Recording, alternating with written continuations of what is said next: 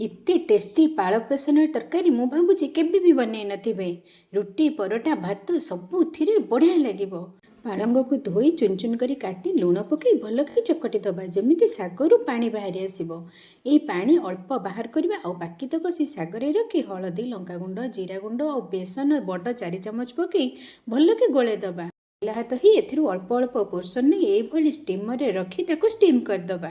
ଏପଟେ କରେଇରେ ତେଲ ଗରମ କରି ଚିନି ଟିକେ ପକାଇ ଲାଲ ହେଲା ପରେ କିଛି ଗୋଟା ମସଲା ଦେଇ ପିଆଜକୁ ଭାଜିଦେବା। ପିଆଜ ବ୍ରାଉନ୍ ହେଲା ପରେ ଅଦା ରସୁଣ ପେଷ୍ଟ ଦେଇ କଷିବା।